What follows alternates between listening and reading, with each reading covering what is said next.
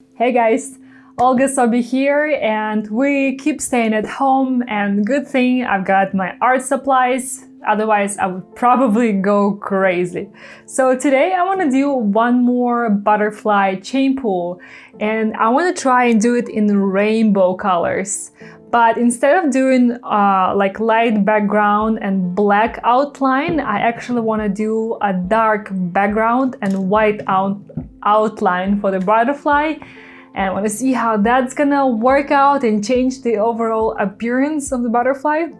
But before I'm gonna get started, I want to show you how my previous one turned, how it dried. So I was kind of worried to see that I have a lot of paint in the center here, but as you can see, it has dried absolutely flat.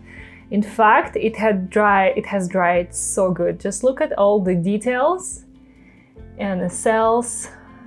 I just love it so much. I mean, yeah, I know it's far from perfect. I'm still learning and slowly mastering this technique, but it's a lot of fun and I definitely want to play with it more. So let's see how the rainbow butterfly is gonna work out, and let's get started.